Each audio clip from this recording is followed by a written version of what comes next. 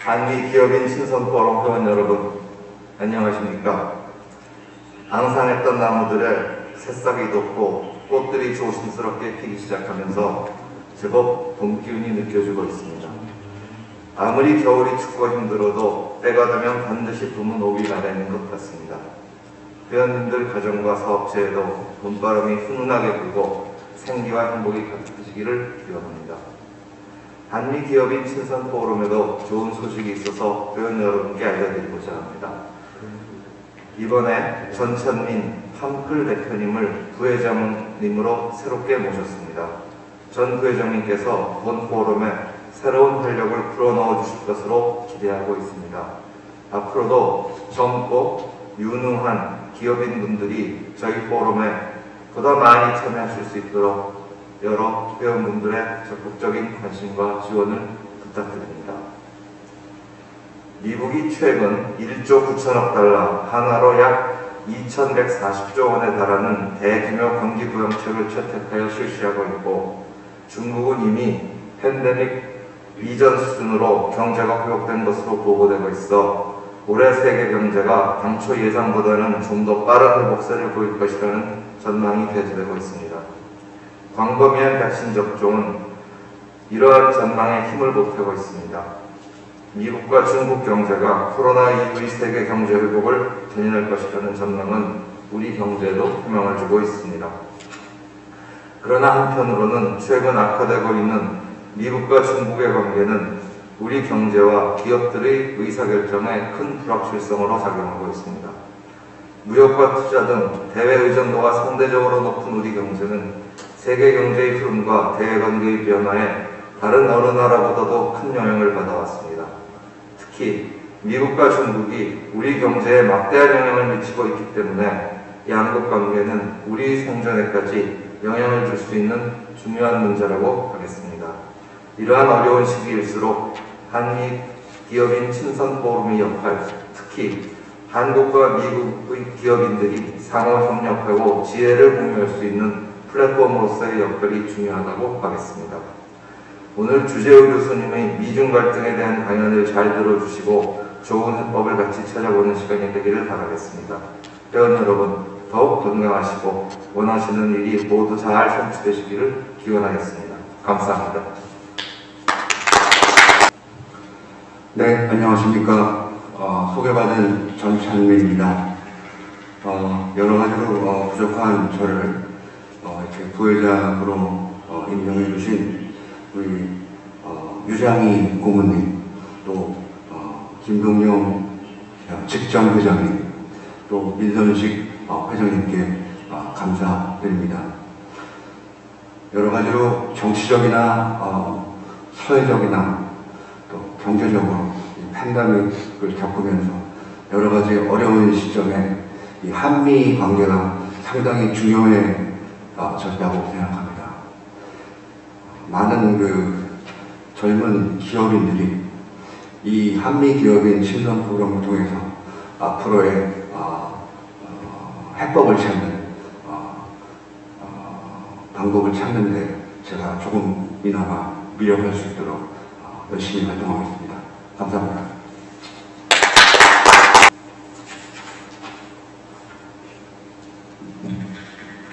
여러분 안녕하십니까? 오늘 강의를 해주실 주재우 경희대학교 교수님은 중국 대외관계, 미중관계, 북중관계, 그리고 다자안보 협력 전문가로서 국제정치학 분야에서 큰 영향력을 발휘하고 계시는 분이십니다. 미국 웨슬리안 대학교 정치학과를 졸업하시고 북경대학교 국제관계학원에서 석사 및 박사학위를 취득하셨습니다. 국가안보정책연구소와 한국무역협회 무역연구소의 연구위원 등을 역임하셨고 현재 경희대학교 중국어학부 중국정치외교 담당 교수로 재직 중이십니다. 미국 조지아 공대 방문 교수와 브루킹스 연구소 방문학자를 역임하신 바 있습니다. 또한 국내외 언론의 칼럼에 기고가로서도 적극적으로 활동해오고 계십니다. 아시아타임즈에 4년간, 한국일보 아침을 열며 칼럼에 2년간 기고하셨고 현재는 아주경제 주재호의 프리즘과 세계일보 주재호의 이중관계사 칼럼에 기고하고 계십니다. 저술활동도 활발하게 하고 계십니다. 국내 유일의 미중관계사 책을 집필하셨는데 한국인을 위한 미중관계사, 한국전쟁에서 사드 갈등까지, 그리고 팩트로 읽는 미중의 한반도 전략 등 다수의 저서를 발간하셨습니다. 현재 북미관계와 국중관계의 책을 준비하고 계신다고 합니다.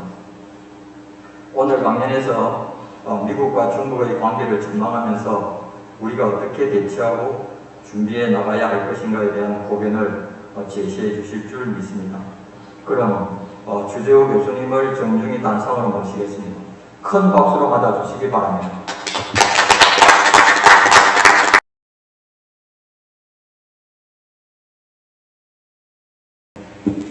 안녕하세요. 오늘 이렇게 귀중한 자리에 저를 연설을 이렇게 초청해 주신 유정희 고모님 이하 한미 기업인 진선 포럼 깊은 심심한 감사의 뜻을 표합니다.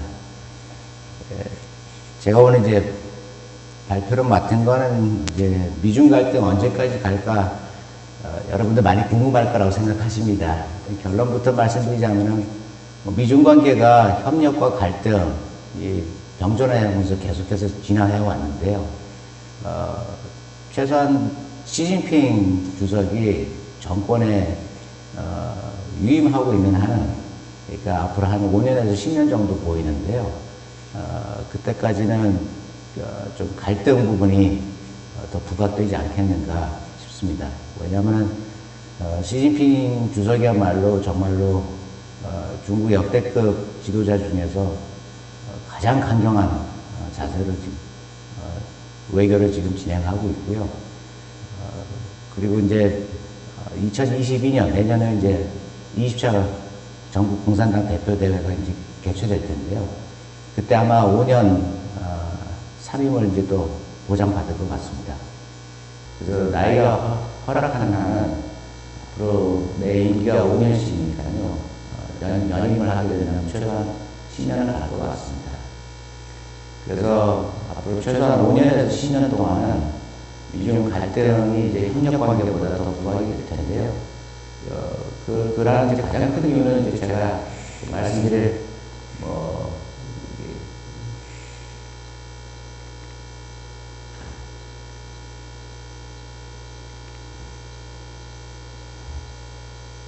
미중 전략 경쟁 관계의 이제 본질에서부터 설명을 해 드릴 텐데요.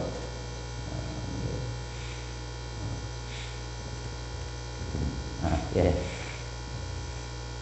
그래서 그 본질에 대해서 설명을 간단하게 드리고요. 그 다음에 여기서 어떻게 이해를 해야 되는지, 그리고 제 나름대로 이 전망을 이제 말씀드리고요. 그 다음에 이제 아무래도 기업인 여러분들이 이제 많이 지금 시청하고 계실 텐데, 거기에 대해서 제 나름대로 앞으로 우리 미래 산업이 정말 우리에게 어떤 틈새 시장이 있는가 잠깐 말씀드리겠습니다. 일단 본질을 보게 되면요, 제가 보기에는 미국이 1784년도에 중국을 향한 첫 상선을 이제 띄웁니다. 그래서 엠프레스 오브 차이나 이제 뉴욕 항을 출발하는데요. 그때 이후부터 이제 미중 간의 교류가 시작되는데 한 250년 동안 미국은 중국에 대한 기대가 딱 하나였습니다. 그리고 그 기대와 목표는 250년 동안 변한 게 없습니다. 교류가 활성화되면은 중국이 변할 줄 알았습니다. 그래서 교류와 포용이 이제 굉장히 힘썼는데요. 목표는 이제 좀, 워딩은 좀 다릅니다. 그러니까 근대사 시기에는 아무래도 그때는 그 선교사하고 상인들이 많이 갔기 때문에 일단 중국의 기독교화가 제일 큰 목표였고요. 그건 정치적인 지원도 굉장히 많이 받았습니다. 그 다음에 이제 민주주의 화고, 그다음에 시장을 개방하는 거였죠. 근데 이제 그 현대사 시기에 들어오게 되면은 이제 기독교화보다는 이제 민주주의화가 이제 가장 큰 목표가 됐고요. 그 다음에 이제 인권 존중, 시장 경제, 그 다음에 법치주의입니다. 그리고 지금 이제 갈등이 이제 빚어진 거는 이제 아무래도 무역 적자 때문에 이제 그게 가장 큰 원인인데, 미중 간의 이제 무역 적자를 보게 되면, 그 히스토리를 보게 되면은 1979년대 미국하고 중국이 수교합니다. 그래서 이제 정상적인 이제 교역 관계를 갖게 되는데요. 1983년 이후로 미국이 단 한 번도 흑자를 누려본 적이 없어요. 근데 그 흑자 규모가 이제 눈덩이처럼 이제 불어나는 거죠. 그래서 오늘날에 들어와서는 연간 3,500억 달러 이상 이제 무역 흑자를 보고 있습니다. 그 중에서 이제 미국 정부 당국의 이제 추정치를 보게 되면은 중국이 지적재산권을 이제 보호해주지 않음으로써 이제 거기서 보는 손해가 또 한 1,200억 달러라고 이제 추정을 하고 있습니다. 그렇게 되면 미국은 연간 거의 한 5천억 달러의 이제 손해를 보고 있는 거죠. 그럼에도 불구하고 이제 미국은 이제 계속해서 고진감래의 자세로 지금 중국과의 교역에 이제 일관하고 있습니다. 왜냐하면은 250년 전에 자기네들이 기대와 같이 그래도 포용하고 그래도 교류하면은 중국이 변할 거라고 이제 그렇게 본 것이죠. 그래서 그 희망이 그래도 등소평 시기하고 개혁개방 시기에 보였는데요. 그리고 이제 강택민하고 후진타오 시기까지 괜찮았습니다. 근데 이게 이제 시진핑 시기로 들어오면서 거기에 이제 많은 실망을 하게 된 거죠. 근데 시진핑 시기에 들어와가지고 공교롭게 또 도널드 트럼프가 이제 미 대통령이 되면서 이 미국의 이 속마음을 정말로 중국한테 대놓고 얘기할 수 있는 사람이 없었는데요. 이걸 할 수 있던 사람이 트럼프 대통령이었습니다. 그래서 아무래도 이제 그분이 비즈니스 경험이 굉장히 오래됐고 하니까는 아마 비즈니스적으로 접근한 면도 없지 않아 있는데요. 그러다 보니까는 이제 굉장히 강경하게 나왔죠, 트럼프가. 그래서 보시게 되면은 갈등의 본질이 시작은 이제 불공평하고 불공정한 이제 교역거래에서 시작이 됐는데요. 이제 그 고조를 이뤘던 게 이제 지적재산권 문제가 이제 미국이 강하게 치고 나온 것이죠. 근데 미국이 이제 지적재산권 이제 보호를 주장할 수밖에 없었던 게 요즘 뭐 4차 산업 AI, 뭐 빅데이터 하면서 그 다음에 뭐 기술경쟁으로 들어가면서 결국에 이제 중국이 그 격차를 줄이기 위해서 이제 온갖 불법적인 수단으로 이제 미국의 기술을 탈취하고 이러는 과정에서 가장 중요한 게 미국의 안보 이익에 위협이 된다는 요소가 미국의 개인 정보가 이제 유출이 되고, 그래서 2019년도죠. 19년도에 이제 6월 달에서 7월 달에 미국 정부 수장 장관급들이 한 4명 연속 나와서 이제 말했던 게 그 사례를 이제 일과합니다. 그 사례에서 보게 되면은 가령 예를 들자면은 메리어트 호텔을 해킹을 해가지고 미국인의 이제 한 1억 명의 이제 정보가 이제 유출이 된 거죠. 그래서 그뿐만 아니고 이제 많은 데이터가 이제 유출이 됐는데요. 그래서 미국 성인의 이제 최소한 이제 1억 명 정도는 이제 정보가 이제 유출됐다고 이렇게 미국 법무부에서 그렇게 추정하고 있습니다.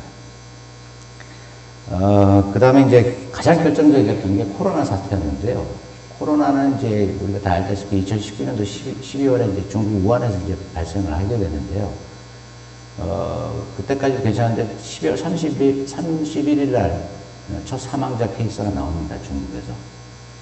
그래서 2020년 1월 1일, 백악관에서 신정임에도 불구하고, 긴급 국가안보회의를 개최를 합니다. 그래서 그 자리에 이제 트럼프 대통령도 참석했고, 그에 이제 국가안보 관련해서 이제 모든 수장들이 다 참석을 했는데요. 이때 이제 내린 결론이 이 우한 바이러스, 그 당시 우한 바이러스였죠. 그래서 그거에 대해서 이제 중국과 다시 한번 협력을 해야 된다. 해가지고 그 이튿날 1월 2일부터 미국이 백악관을 위시해서 중국 측에 계속해서 연락을 합니다. 그래서 역학 조사도 같이 하고, 그 다음에 이거에 대한 치료제라든가 백신에 대해서 이제 강구를 하자. 그렇게 해서 이 모든 것을 위해서 협력을 하자고 계속해서 하트라인에도 전화를 하고, 그 다음에 각 부처의 수장들은 나름대로의 경로를 통해 가지고 이제 중국 측에 이제 협조를 이제 요청을 하죠. 그 중에 이제 질병관리센터에 이제 국장으로 있었던 로버트 레드필드라는 사람이 있었는데요. 그 사람이 이제 중국 질병관리본부장이랑 이제 젊었을 때 해외 유엔 산하 기관에서 같이 오랫동안 일을 했어요. 그래서 그 친구가 이제 괜히 트럼프도 기대를 많이 했고, 그래서 계속해서 연락을 취해라. 그래서 이메일하고 전화하고 했는데 전화는 통화도 안 되고요. 이메일은 답도 없고, 그 다음에 그러다가 한 달 정도 지나니까는 중국 측에서 이제 반응이 오기 시작해요. 자기네가 다 모든 것을 다 통제를 잘 하고 있으니까 걱정하지 마라. 야, 도움이 필요하면 연락하마. 이랬는데 상황은 더 나빠지죠. 상황은 더 나빠졌고, 나중에 이제 레드필드 국장이 자기 중국 친구랑 이제 가까스로 이제 2월달 되면 통화를 하게 됩니다. 그래서 2월달에 한 두세 번 통화를 하는데요. 그 회고록에 보게 되면은 이제 그 중국 친구가 아무래도 자기가 아무런 의사 결정권이 없으니까요. 돌아오는 대답은, 그리고 통화하는 목소리하고 이런 분위기는 완전히 인질이랑 통화하는 것 같다고 그렇게 회고를 하더라고요. 그래서 이 친구가 이제 인질처럼 볼모로 잡혀가지고 말을 이제 제대로 못하는 거죠. 자기가 하고 싶어도 뭐 도청 다 되고 암청되고 있으니까는 자기가 뭐 또 의사결정권도 없으니까요. 그래서 뭐 상황 괜찮다, 걱정하지 마라, 내가 도움 필요하면 나한테 연락할게, 이제 이 정도식으로 마무리됐더라고요. 그래서 결국에는 이제 백악관의 노력에도 불구하고 시진핑의 이제 강경한 거부로 인해 가지고 결국에 트럼프하고 시진핑이 2월 26일쯤 이제 첫 통화를 하게 됩니다. 그래서 그때 이제 트럼프가 이제 괜히 화가 났죠. 그러면서 이제 서로 각자 도생하는 길로 들어섰는데요. 근데 이게 이제 전 세계적인 이제 그 팬데믹으로 이제 확산이 되다 보니까는 미국에서는 이제 굉장히 실망을 할 수밖에 없죠. 근데 이 모든 것이 결국에는 이제 중국이 국제 제도하고 절차에 대해서 이제 강박적인 그 거부 반응을 일으키면서 이제 다 빚어지는데, 이게 이제 시진핑 시기에 들어와서 더 강해지는 것이죠. 그리고 이제 국제 규범에 대한 이제 중국의 지속적인 무시도 이제 큰 요인으로 작용을 했고요. 근데 이제 오늘날 들어와가지고 이제 언론이 이제 미중 갈등 관계를 이제 그 담론을 주도를 하고 있는데요. 그 언론에서는 아무래도 좀 자극적이고 센세이션한 이제 헤드라인을 뽑다 보니까 자꾸 이제 신냉전 얘기가 나옵니다. 물론 가치와 체제의 차이 때문에 이제 신냉전을 묘사하는 것도 어느 정도 일리가 있는데요. 근데 그 본질을 보게 되면 냉전과는 이제 다르죠. 이게 뭐 가치와 체제의 갈등은 있었지만서도 뭐 냉전 시대와 같이 뭐 세력 확장이라든가 그리고 뭐 기존의 질서를 이제 뒤엎어야 되겠다. 이제 그런 이제 의사하고 의지는 중국 쪽에는 아직은 없는 것 같고요. 최소한 이제 영내, 동아시아 내에서 자기네가 나름대로 이제 질서를 구축하려는 이제 그런 목표 의식을 가지고 있는 것 같습니다. 근데 제가 아까 이제 시진핑이 왜 이렇게 강경하냐? 그게 시진핑 같은 경우는 정말 뼛속까지 공산주의자고요. 그 다음에 한국전쟁에 대해서, 6.25에 대해서 시진핑이 자꾸 정의로운 전쟁이라고 이렇게 묘사하잖아요. 그죠? 그래서 저는 이제 시진핑이 이제 그 생애에 대해서도 제가 이제 뭐 신동아라든가 이제 그런 데 글을 썼는데요.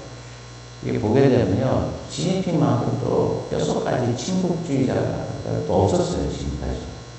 그래서 시진핑이가 이제 부주석으로 이제 임명되고 나서, 공식적인 이제 해외 순방에 나섰는데, 그때 이제 항상 먼저 방문해 준 나라가 북한이고요. 그래서 시진핑만이 유일하게 6.25 전쟁에 관련해서 행사가 있으면 정의로운 전쟁이라고 2008년도부터 그럽니다. 그래서 뭐 참전 65주년, 뭐 70주년 이럴 때 이제 시진핑만 이제 그러는데 시진핑 같은 경우는 2013년도 단과부회에서 여기 슬라이드 나온 것처럼요. 자본주의는 소멸할 것이며 사회주의가 궁극적으로 승리할 것이다. 이렇게 대외적으로 공표합니다. 그리고 2017년도 19차 당대 보고서를 보게 되면요. 사회주의 시스템 강화를 통해 가지고 결국은 이제 중국이 리더 부상해야 된다. 이제 굉장히 이제 그 사회주의와 공산주의의 이제 이념과 가치가 우월하다는 것을 굉장히 노골적으로 이제 표명하죠. 근데 이제 미국 같은 경우도 지금 참 어려운 게 뭐냐면요. 미국이 이제 민주 진영을 이제 그리고 국제 자유 질서를 이제 잘 이끌어 왔는데요. 그것이 가능했던 게 이제 냉전 시기 때 보게 되면 미국의 경제력이 이제 굉장히 뒷받침을 잘해줬죠. 그래서 세계 GDP의 40% 정도 차지하고 있었고요. 그러면서 이제 많은 공공재를 이제 제공할 수가 있었어요. 탈냉전 시기에 들어오면서 이 경제 규모가 한 25%로 줄어들다 보니까 더 이상 이제 공공재를 제공하기 어렵고, 이라크 전쟁에서 그때 걸프 전쟁을 보게 되면은 미국이 그 국지전임에도 불구하고 일단 의회가 승인을 안 했기 때문에 재정적으로 뒷받침이 안 됐었고, 그러다 보니까 이제 동맹국들한테 이제 십시일반 거둘 수밖에 없었죠. 그러면서 그 90년대부터 들어와서 탈냉전 시기 때부터 보게 되면요. 그래서 그때부터 미국 외교에 이제 다자 외교가 이제 등장을 합니다. 미국은 그 전까지 다자 외교는 정말로 외교 사전에 없었죠.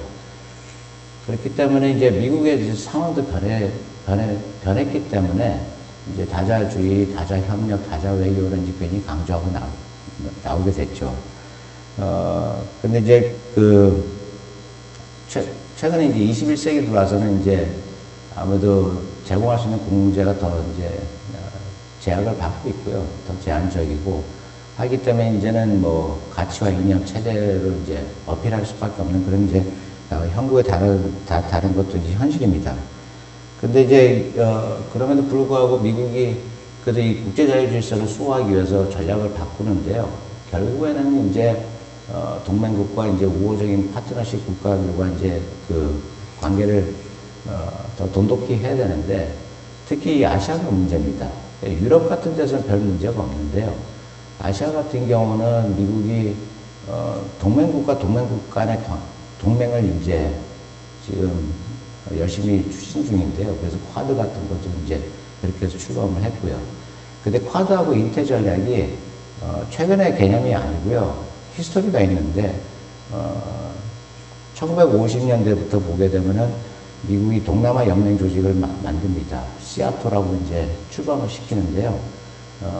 시아토에는 그 당시에는 영국, 프랑스, 그 다음에 호주, 뉴질랜드, 태국, 필리핀, 그리고 미국, 요 정도 국가가 참여를 합니다. 근데 그 당시에 이제 일본이 빠져 있었죠. 일본은 이제 뭐 평화헌법하고, 그 당시 이제 막 전후 상황이었기 때문에, 참여할 수 있는 여력이 없었고요. 그래서 이제 미국 같은 경우는 이제 최근에 들어와서 이제 저는 이제 그 시아토가 1955년도에 이제 출범을 했고, 1967년도에 이제 아세안으로 바뀌면서 이제 군사적인 면모가 이제 사라지죠.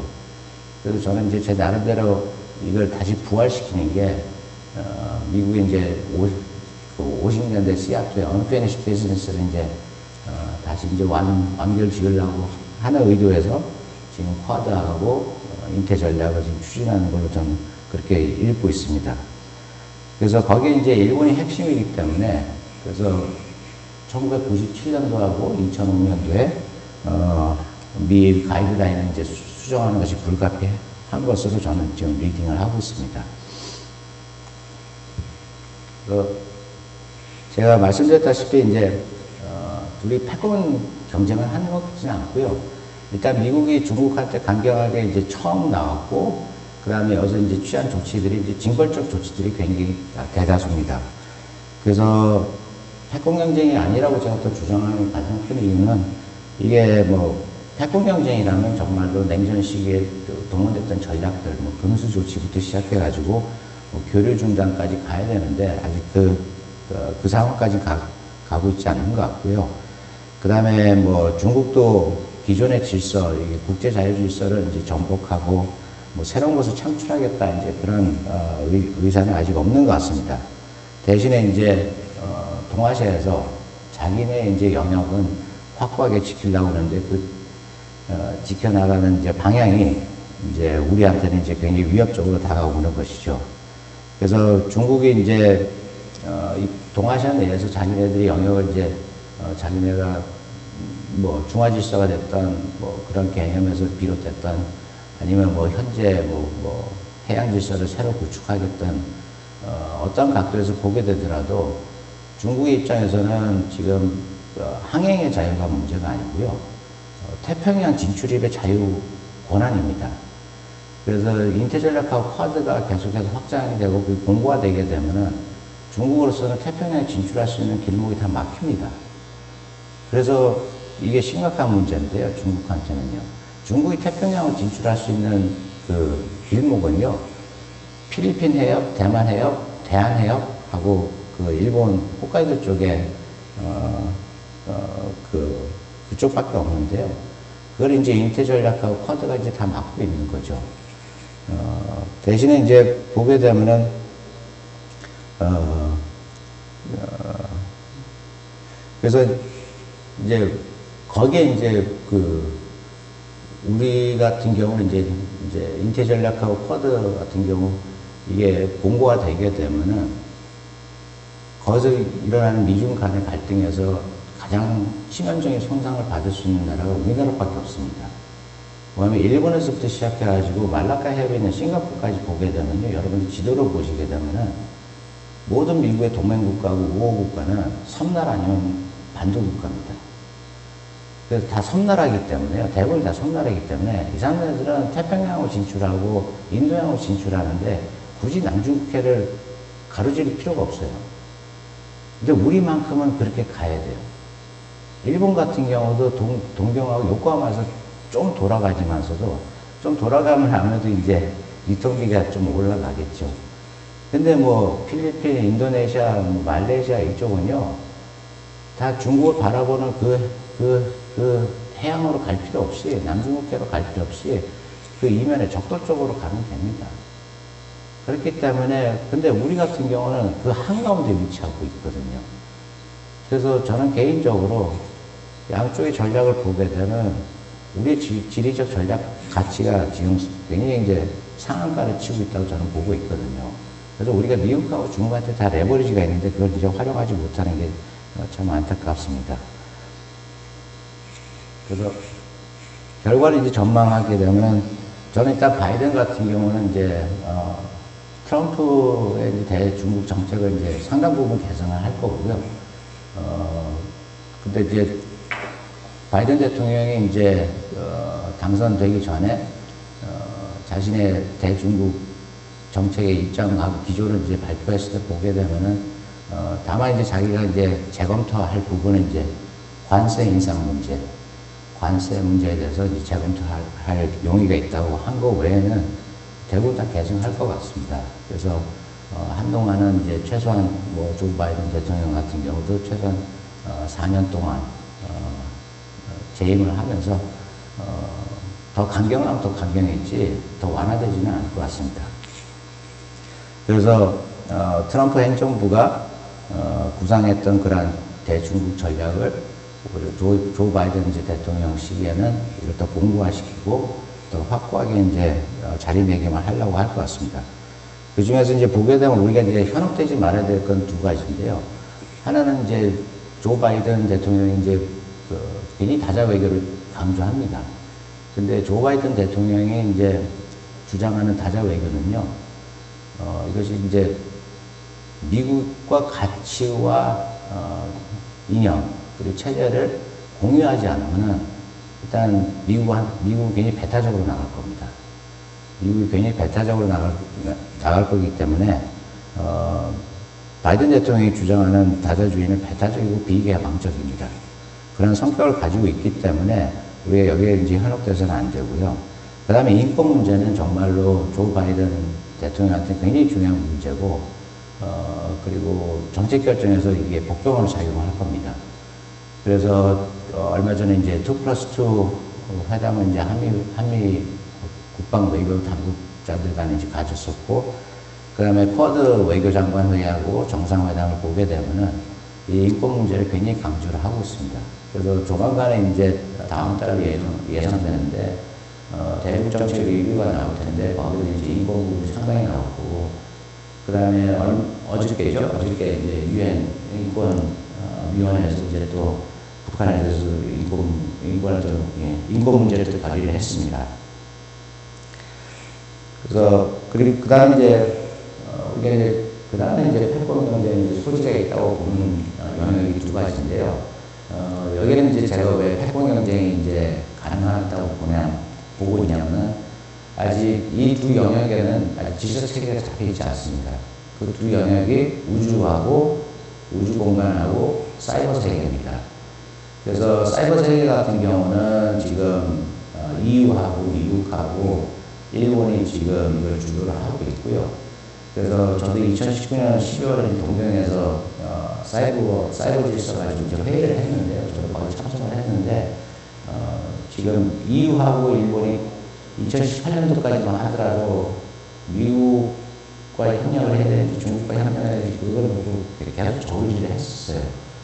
그러다가 이제 다들 이제 미국이랑 협력하기로 결정을 했고요. 이제 안타까운 부분은 이제 우리나라가 거기서 이제 아직 포지셔닝을 지금 못하고 있습니다. 그래서 저는 이제 이런 새로운 공간에 질서를 확립하는 데서 우리가 빨리 참석을 해야지 우리 지분을 챙길 수가 있고 우리가 룰메이커로서 소위 말하는 중정부 외교를 이제 능력을 발휘할 수 있을 텐데요. 이게 참 안타까운 거죠. 지금 미적미적하고 있는 사이에 우리는 우리 지분도 못 챙기고 그 다음 우리가 룰메이커도 못하고 그 다음에 룰메이커가 못하기 때문에 우리의 국익도 거기에 반영을 할 수가 없고요.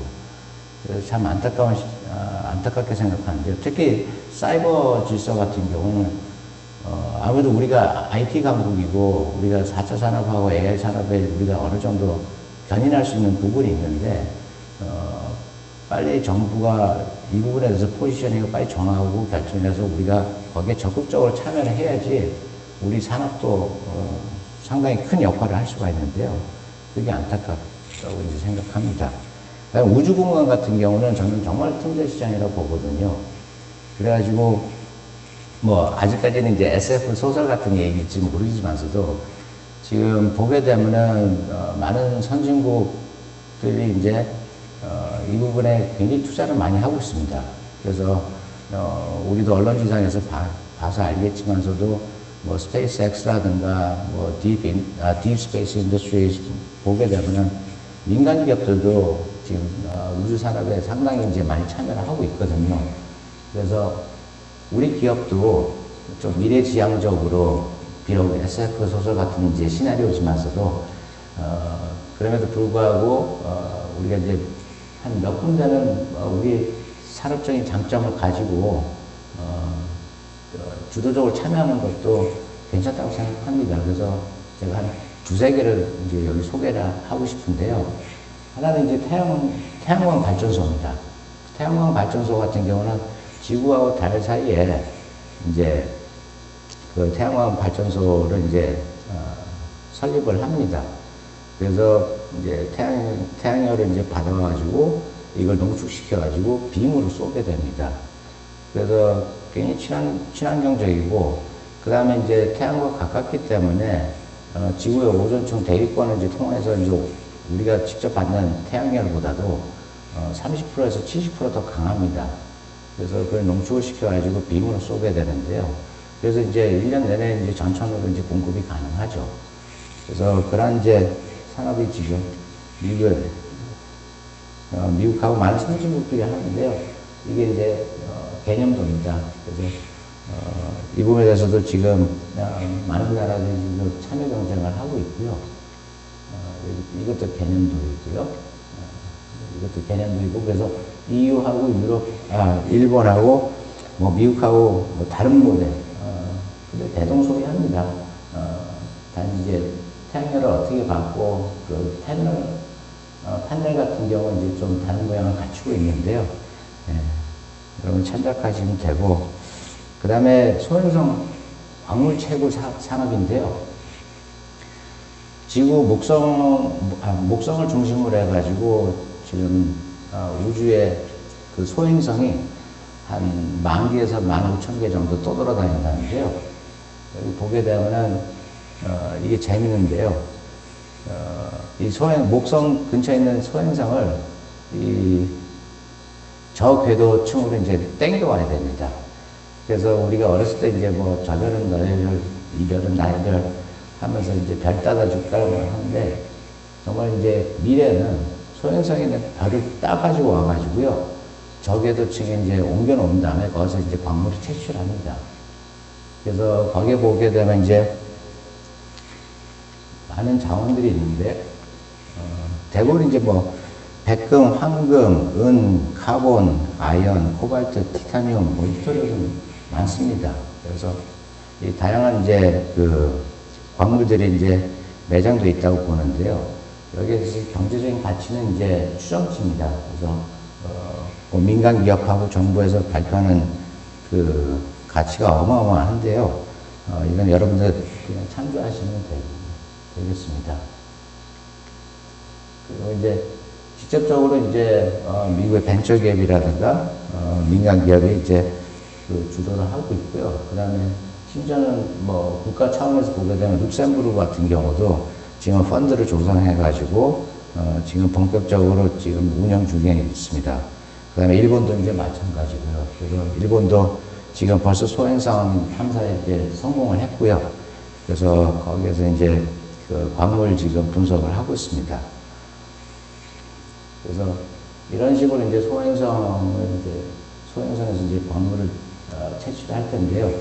이게 재밌는 게 뭐냐면 경제성이 없다고 생각하는데, 지금 민간 기업이 정부와 다르게 이제 민간 기업이 이제 위탁한 게 가장 대표적인 산업이요. 지금 이 발사체, 우주선이죠. 우주선을 재활용할 수 있으면은 경제적인 비용이 확 떨어집니다. 근데 우리가 다 알다시피 미국이 그 왕복 우주선을 콜롬비아 호를 이제 그 80년대까지만 개발을 하고 그 다음부터 안 했습니다. 그래서 지금 스페이스X 같은 경우는 이제 왕복 우주선, 재활용할 수 있는 우주선을 이제 개발에 집중을 하고 있는데요. 이게 재활용만 될 수 있다면 일단은 경비 부담이 확 줄어들고요. 그 다음에 이 우주선에 이제 뭐 광물이라든가 뭐 태양광 발전소를 설립하기 위해서, 건설하기 위해서 많은 장비하고 설비를 가져가야 되는데요. 이게 무거워서 우주선이 그 운행을 못 합니다. 우주선이 날지를 못해요. 너무 무거워서요. 지금 현재 기술로서는 우주선에 싣고 갈 수 있는 무게량이 지금 최고치가 500톤인데요. 근데 이제 그거는 뭐 택도 없는 거죠. 뭐 뭐 연료하고 다 하게 되면 싣고 갈 수 있는 그 설비하고 장비가 얼마 되지 않기 때문에 이러한 사업들이 다 불가능할 거라고 이제 다 믿어지는데, 지금 미국에서 지금 이 문제를 어떻게 극복할 거냐. 3D 프린터기를 가져가는 겁니다. 3D 프린터기를 가져가가지고 우주에서 3D 프린터기로 그 설비하고 장비를 만들어내는 겁니다. 그래서 가능해진 걸 지금 이제 판단하고 있거든요.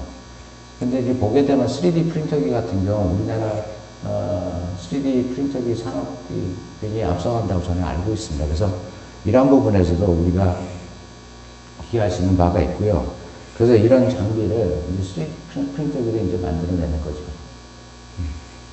그래서 어떻게 보면 이제 좀 SF 소설 같은 이야기일지 모르지만서도 하여튼 그 보게 되면은 굉장히 이제 무궁무진한, 우주처럼 무궁무진한 산업 영역인데요.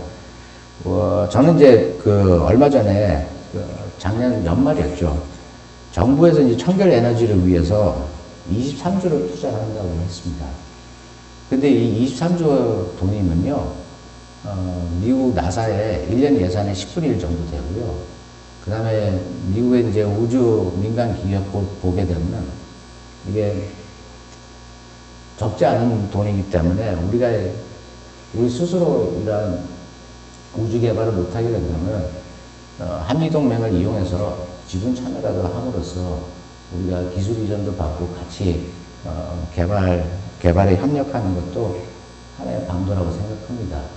그래서 저는 이 부분을 굉장히 강조를 하고 있는데요. 아니, 한미동맹이 지금까지 70년 동안은 계속해서 군사 안보 쪽에만 매몰이 됐는데, 이제 70년이 역사를 가졌으니까 신뢰도 그만큼 두터울 것이고, 우리가 외교 지평을 넓혀가야 되는데요. 그래서 비단 군사 안보 영역뿐만이 아니고, 이런 산업, 과학기술 분야에서도 한미동맹의 이점을 활용해서 우리의 지분을 확대하는 것도 우리 산업은 물론이고, 우리 기업한테도 또 하나의 기회를 제공할 것 같습니다. 네, 이상으로 말씀 마치겠습니다. 감사합니다.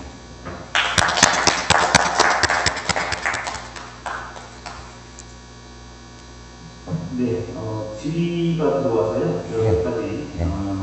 질문을 드리겠습니다. 두 가지인데요. 첫 번째는 그 알래스카에서 몇 주 전에 블링컨 장관과 ICC 공상장 대회에서 만났는데요. 네. 언론에서는 상호 공격만 했었을 그 성과는 없었다고 하는데 네. 이제 맞는 건지 네. 네. 두 번째는 그 한국은 현재 미중 간에도 좀 어정쩡한 자세를 취하고 있는데 네. 이런 자세가 언제까지 갈 수 있는지 그리고 기업인들이 우주 산업 분야에서 중국과 협력할 수 있는 방법은 네. 부탁드리겠습니다. 네. 네, 일단 그 알래스카에서 미중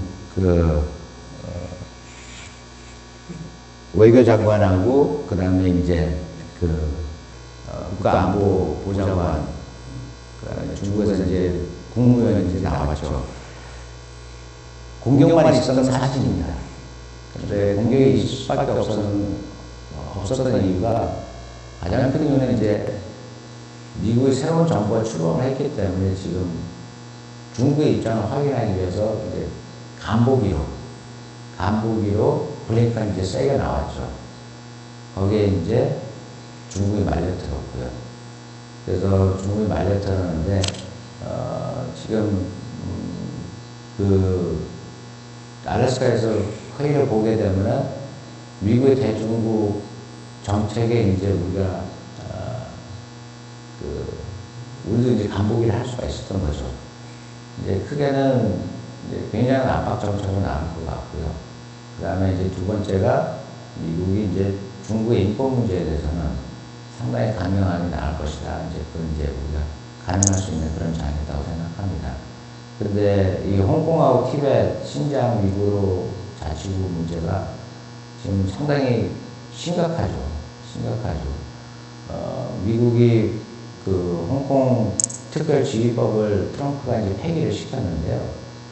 근데 그 문제가 이제 앞으로 미국이 이쪽 지역에 이제 화물선이라든가 화물선의 운항 같은 경우 이제 통제를 할 수 있을지 이제 그게 이제 굉장히 큰 문제로 이제 부상될 겁니다. 그래서 오히려 홍콩 특별지휘법을 미국이 폐기함으로써 거기에 이제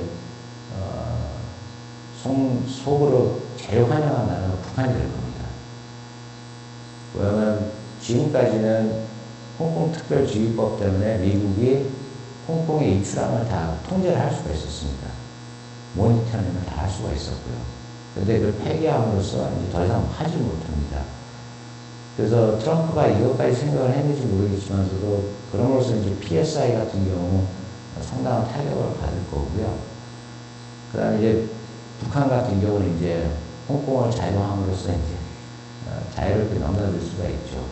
그래서 물론 이제 모든 것이 다 뭐 양날의 칼과 같은데 미국이 그것까지 포기하면서 대북 제재를 어떻게 또 이끌고 나갈지 그것도 이제 한번 봐야 되고요. 그래서 근데 홍콩의 상황이 지금 너무 심각하다 보니까는 미국도 이제 어쩔 수 없이 이 칼을 꺼내든 것 같습니다. 그래서 앞으로 이제 이 세 개 지역을 이제 두고서 미중 간의 이제 갈등이 굉장히 고조될 것으로 봅니다. 근데 여기서 이제 한국의 포지셔닝은 무엇이냐, 저는 답은 아주 간단하다고 생각합니다.